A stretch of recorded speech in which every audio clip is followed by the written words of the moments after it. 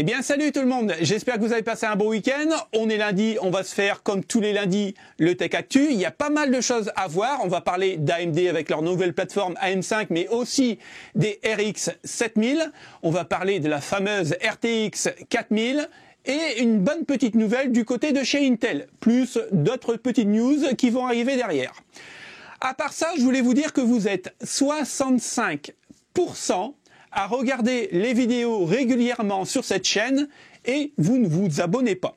Donc, ce que je vais faire, c'est qu'à la fin de la vidéo, vous me donnerez vos noms, je vais vous envoyer des chèques et vous appuierez sur le petit bouton. Allez, c'est parti. Bon les amis, on va commencer ce Tech Actu avec une disponibilité au niveau de la Steam Deck. Il faut savoir que quand elle est sortie, il y avait très peu de stock. Et les prix étaient quand même assez chers pour une console portable. Maintenant, ça y est, la console est en stock. Apparemment, on la commande et on la reçoit direct à la maison. Ça, c'est vraiment très cool. Maintenant, je pense que c'est une console qui est vraiment très intéressante parce qu'on a tout le catalogue de la panoplie Steam. Ça, c'est vraiment très cool. Donc, les jeux PC sur une console portable, je trouve ça vraiment pas mal. Maintenant, moi, ce qui me pose le gros problème là-dessus, c'est que au niveau du prix, voilà, ça pique quoi. 400$ pour une 64 Go, donc une entrée de gamme avec le cours de l'euro et le dollar plus les taxes qu'on rajoute en France, on arrive facile à une console d'entrée de gamme à 450 voire 470€. Donc là, ça commence vraiment à faire cher. Si vous voulez une 250 Go, eh ben c'est 529€ et 649 pour une 512. Personnellement, j'aurais préféré avoir une carte USB qu'on puisse mettre nous-mêmes et mettre le stockage qu'on voulait. Là, franchement, ça fait très cher pour 64 Go. Ça n'empêche que, à mon avis, c'est une très bonne console et j'aimerais beaucoup l'essayer. On continue avec une news concernant Enermax et ça, je trouve ça plutôt sympa. Vous savez que tous les vendeurs, en gros, d'alimentation ont leur site pour pouvoir calculer la puissance réelle de votre alimentation par rapport à votre matos. Alors moi, j'utilise jamais ces sites tout simplement parce qu'ils augmentent toujours la puissance des alimentations pour que vous puissiez acheter une alimentation supérieure pour la payer plus cher. Bon, moi, je suis pas trop fan, j'aime bien faire mes calculs en interne, au moins je suis vraiment calé et je sais exactement ce que mon PC va consommer. Malgré, ils ont remis à jour leur site et Enermax renseigne les consommations des nouvelles RX 7000 qui ne sont pas encore sorties et des RTX 4000. Alors, ce qui est vraiment intéressant, c'est que là, on peut voir. Donc là, je vous laisserai les liens en description, hein. Donc là, on est sur, voilà, la RTX 4090 avec un 12900K et 32 Go de DDR5. Il vous faudra une alimentation de 853 watts. Pour la même configuration, mais cette fois-ci avec une 4080 720 watts, pour une 4070 684 watts et pour une 4060 600 watts. Alors là, on peut dire, ouais, Nvidia charrie hein, au niveau des consommations, c'est vrai que ça commence à devenir très important. Hein. Mais en fait, regardez bien ici. On a les mêmes pour les nouvelles RX qui ne sont pas encore sorties. Donc si vous prenez la même configuration que les RTX, mais dans ce cas-là, vous choisissez une RX 7950 XT, et ben 822 watts. Une RX 7900 XT, 730, et 7800, on est sur 700 watts, et 7700, 598 watts. Donc si on prend la plus grosse, 7950 XT à 822 watts, on reprend le tableau de chez Nvidia, 853 watts. Il n'y a pas énormément de différence entre la 4090 et la RX 7950 XT en fait, hein, quand on calcule bien. Alors est-ce que AMD, par rapport à ce tableau-là, a vraiment respecté son pari de ne pas augmenter leur consommation ou alors légèrement, mais beaucoup plus la puissance? Ça, on le saura à mon avis le 3 novembre avec ce que va dire Lisa Su dans la conférence de presse, je pense. Mais on peut se permettre de se poser un doute sur les consommations énergétiques au niveau des RX 7000. On va revenir sur une news qui est quand même assez importante, l'Unreal Engine 5. On en avait déjà parlé il y a un mois ou deux, je sais plus, enfin bref. On en avait déjà parlé sur un Tech Actu et je vous avais dit que c'était vraiment bluffant tellement que c'est beau, quoi. C'est vraiment une réalité virtuelle et on se croirait vraiment dans un monde réel. J'avais téléchargé la démo de Matrix et c'est vrai que c'était juste magnifique, quoi. Je vous conseille d'aller le voir, encore une fois, ça sera en description. Il y a une nouvelle qui arrive ici, hein, on en avait déjà parlé encore une fois, que certains gros groupes de développeurs de jeux vidéo prenaient justement ces moteurs-là pour développer leurs prochains jeux.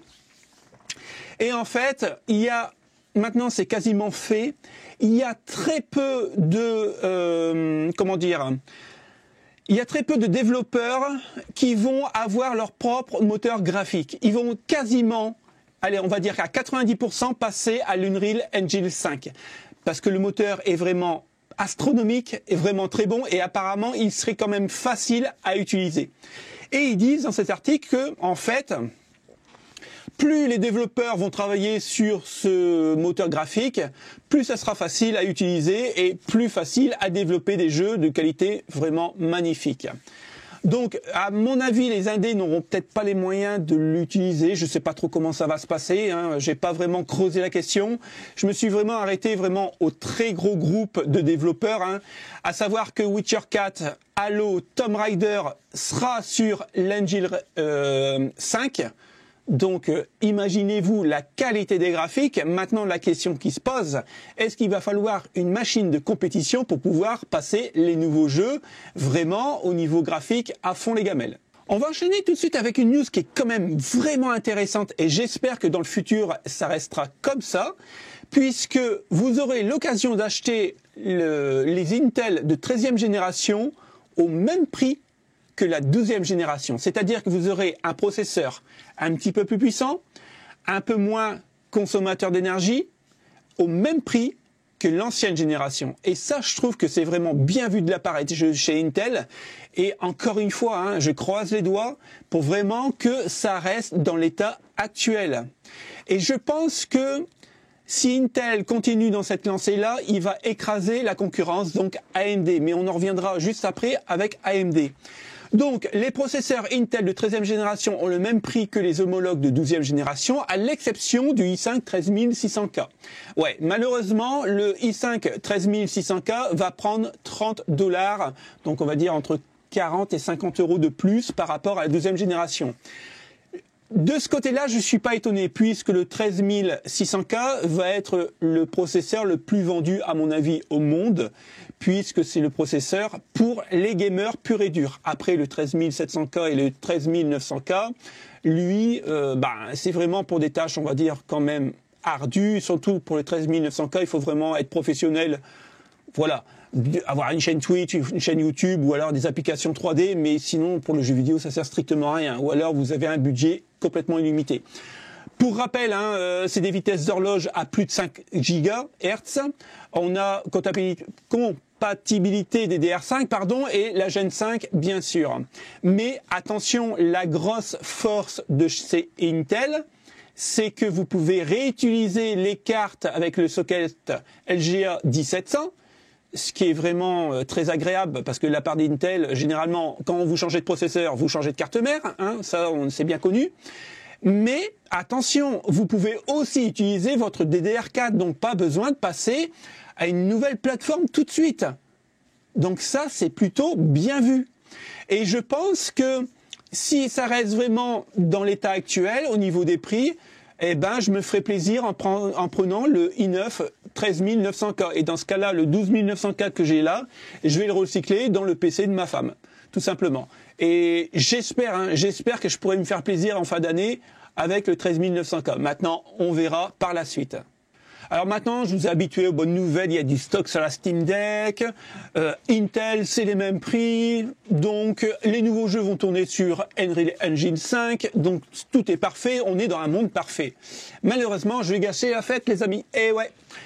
MSI nous dévoile ses futures cartes mères en B650 pour la plateforme AM5. Alors là, je peux vous dire que vous pouvez économiser parce que ça va coûter quand même assez cher.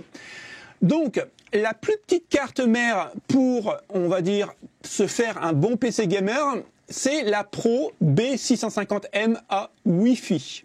On est à 189 $. Donc, en gros, ça nous fera une carte mère entre 230 et 240 € chez nous, avec les taxes et puis voilà, le cours de l'euro. 240 € pour une carte d'entrée de gamme où vous ne pourrez pas mettre tous les processeurs puisque, bien sûr, comme c'est de l'entrée de gamme, en gros, au niveau des MOSFET, ça va pas être terrible. Donc, mettre un Ryzen 7, un Ryzen 9, c'est même pas la peine. on arrêtera au Ryzen 5 à mon avis. Donc ça commence à faire vraiment très cher. Donc les cartes, les voici, hein, elles sont très jolies, hein, il n'y a aucun problème. C'est dommage que je ne peux pas afficher plus. C'est vrai qu'elles sont vraiment très jolies. Mais c'est un coût. Mais il n'y a pas qu'MSI. Hein. Quand on regarde bien, alors je vous les montre au direct, hein, là c'est vraiment des très belles cartes. Hein. Donc là c'est la plus haute gamme. Celle-ci, c'est Asus. Hein.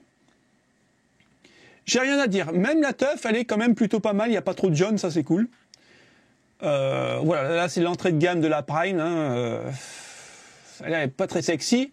On revient au niveau des prix. Donc en B650, la plus haute gamme, 428 €. Bon, après ça reste du haut de gamme, ça peut se comprendre. Par contre, pour vous faire une bonne config PC, ben la plus bas de gamme possible, la Prime B650M, donc vraiment l'entrée de gamme de chez l'entrée de gamme. Encore une fois, on ne pourra pas mettre tous les processeurs, parce qu'au niveau VRM, ça ne va pas tenir. On est à 219 €. Ouais, ça fait cher, hein. Ça fait vraiment très cher. Hein. Et la conséquence, eh ben, AMD est en train de se mordre les doigts. Précommande B650, pas très rassurante. Mais ouais, attendez, ils s'attendaient à quoi AMD ? On est en pleine pénurie de carburant. Il faut savoir que 70% des raffineries sont bloquées en France. Et à mon avis, ça risque pas de s'arrêter du jour au lendemain. La bouffe, ça devient cher. En plus, il y a des pénuries au niveau des alimentations et des trucs comme ça. Et en plus de ça, Macron nous dit il faut vraiment ne pas recharger vos téléphones portables la nuit parce que ça consomme. Donc, attendez. En nous mettant des cartes à 200 € minimum, ben voilà, les gens n'achètent pas. Et c'est tout à fait normal. Hein. Regardez ici. Le Ryzen 7000, un flop commercial. Donc, des ventes peu convaincantes, une date de sortie prématurée, AMD, le nouveau Intel, bah ouais.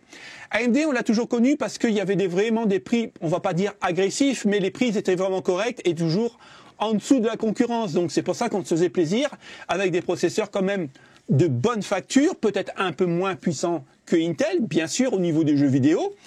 Mais ça tenait vraiment la route. Et moi, j'aimais vraiment beaucoup la marque AMD pour ça. Maintenant, eh ben voilà quoi. Donc, ça fait cher. Donc, je suis pas étonné que AMD se prend une gamelle avec les Ryzen 7000. Et à mon avis, avec les RX 7000, ils vont se prendre aussi une gamelle. J'en suis sûr. Et c'est pour ça qu'ils ne nous dévoilent pas trop les plans pour l'instant et on en saura plus le 3 novembre parce que regardez bien, avant les sorties de RTX 4000, on avait quand même pas mal de leaks. Là, sur les RX 7000, c'est calme plat. Hein. On n'a même pas un leak qui sort, rien du tout. Donc, est-ce que AMD va nous cacher quelque chose pour les nouvelles plateformes de jeux et surtout au niveau des cartes graphiques? En même temps, aujourd'hui, ben, je suis désolé de le dire, mais c'est un flop commercial parce qu'il n'y a pas beaucoup de monde qui a les moyens de s'acheter cette nouvelle plateforme AM5. Et je pense, et je le redis, je confirme ce que je dis, je pense que si AMD aurait fait la même chose qu'Intel, si on avait pu recycler nos DDR4 avec nos anciennes cartes mères, je pense que là, ce n'aurait pas été un flop commercial. Mais c'est juste mon avis. On va passer à la dernière partie du Tech Actu et je trouve que c'est des nouvelles quand même assez intéressantes. Bon, on le savait hein, de toute façon, hein, on n'est pas surpris. La 4090, elle est plus puissante que la 3090, mais quasiment 2 fois plus puissante. Et ça, c'est vraiment, je vais pas dire un exploit, mais c'est vraiment énorme. Déjà, une RTX 4090, quand on en a une, on est vraiment large, même dans le futur, au niveau des jeux vidéo. Mais là, une 4090, bah, quand vous en avez une, vous êtes tranquille pendant 10 ans, quoi. En gros, c'est ça, quoi. Donc, en fait, il y a eu des fuites. Hein. Donc là, bon, on a le récap de tout ce que la 4090 a dans le corps et la 3090 Ti. Ok. Ce qui est vraiment intéressant, c'est que, voilà, elle a quasiment 25 000 points sur Port-Royal. C'est juste énorme. C'est même de trop pour nous, les gamers, on va dire lambda, c'est même de trop, quoi. Une 3080, il y en a largement assez. Bon, voilà, elle fait le taf. Alors, c'est très bien hein, de faire des tests, avoir 25 000 points sur Port-Royal, mais pour le commun du joueur, en gros, hein, oui, elle est puissante, mais on s'en fout, quoi.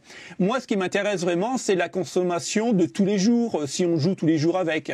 Et là, on les a. Et je dois dire que je suis un peu surpris. Alors on sait, hein, de toute façon, c'est pas un secret, hein, elle consomme. C'est clair, net et précis, elle consomme. Le TGP officiel de chez Nvidia était de 450 watts. Donc, pour une RTX 4090 FE qui tourne dans l'ordre de 2,85 GHz, ben écoutez, on est à 461 watts. Donc, je trouve que le TGP officiel de Nvidia qui nous avait prédit est quand même assez respecté. Ça n'empêche pas que c'est une consommation quand même énorme. Mais on est à 11 watts de plus par rapport à celle officielle. Donc ça va encore. Mais attention, ça c'est l'horloge de base. Maintenant, si vous la poussez dans ses retranchements, donc à 3,13 GHz, et ben là on est à plus de 600 watts. Ouais, là ça commence vraiment à piquer. Hein. Donc bon. Voilà. Après, on le savait hein, que ça aurait dépassé les 600 watts sans aucun problème.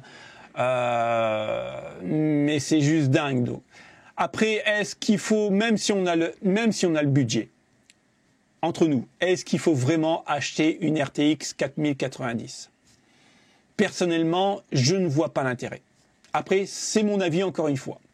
On va passer à une news là qui concerne Nvidia, AMD et bien sûr Intel. Là, ils disent, bon là, ils parlent de la 4090, et ils disent, il n'y aurait pas comme un problème avec le nouveau connecteur. Ouais. Alors, bah, j'ai fouillé un peu et je me suis aperçu que effectivement, avec les nouveaux connecteurs, vous voyez ceux-là, là, donc, je sais pas si je peux agrandir, ouais, voilà. Donc là, c'est les anciens, et ça, c'est les nouveaux connecteurs. En fait, je sais pas ce qui s'est passé, mais moi qui travaille dans l'électronique, je sais très bien que quand vous faites passer énormément de courant, puisque j'ai une alimentation stabilisée pour injecter du courant dans les téléphones, pour voir où ça chauffe en fait, je sais qu'il faut quand même des câbles assez costauds pour en injecter du courant, même si nous on travaille en basse tension, puisque j'injecte quasiment 1 volt, voire maximum 1 volt 5, mais pas plus. Enfin 1 ampère plutôt, pardon, pas 1 volt, 1 ampère, 1 ampère 5. Mais là, il faut quand même pas mal de courant pour injecter. Donc, pour rappel, hein, si vous injectez 450 watts, voire 600 watts sur ce connecteur, c'est ici. Là où j'ai le truc de la souris, c'est ici. À la rigueur, je mettrai une petite flèche dans le montage vidéo. Donc, sur un pin comme ça, vous avez 600 watts au max qui passe. Conséquence. Bah, conséquence, c'est que ça grille. Bah voilà. Ils se sont aperçus en fait que quand vous faites de longues sessions de jeu, voire des tests, eh ben ça crame. Les alimentations crament et voire bah, votre carte graphique avec. Donc ça intervient. Là où je suis un peu comment dire surpris, c'est que ça crame même au niveau des cartes graphiques Intel qui ne demandent pas énormément de consommation puisque c'est à la base une RTX 3060 et ça va pas plus haut. Donc là, tu te poses des questions, quoi. Donc je pense qu'ils ont lancé encore une fois un procédé, une alimentation trop vite et qu'il n'y avait pas vraiment eu de gros tests derrière parce que quand vous voyez ce genre de photos, ça fait peur, quoi. Tu vois, tu es en train de jouer et tout crame. Waouh! Ça risque d'être dangereux. Donc, et on voit bien, hein, c'est complètement cramé ici, quoi. Waouh, c'est juste énorme, quoi. Ça prend feu, quoi. Ça prend feu. Donc, ben voilà, je pense que les nouveaux pins, je vais encore attendre avant d'acheter une nouvelle carte graphique. Je vais continuer à user la mienne. Mais une drôle de news quand même. Donc voilà les potes, c'était le Tech Actu du lundi. J'espère que ça vous a plu. Hein. Si ça vous a plu, ben, comme d'hab, le petit pouce bleu, abonnez-vous et activez la petite cloche. Et puis, ben, n'oubliez pas, hein, vous êtes 65% à regarder les vidéos régulièrement et vous vous abonnez pas. Donc, envoyez-moi vos noms, je vous enverrai un chèque, vous appuierez sur le petit bouton. Allez les potes, je vous dis à jeudi. Salut, ciao ciao.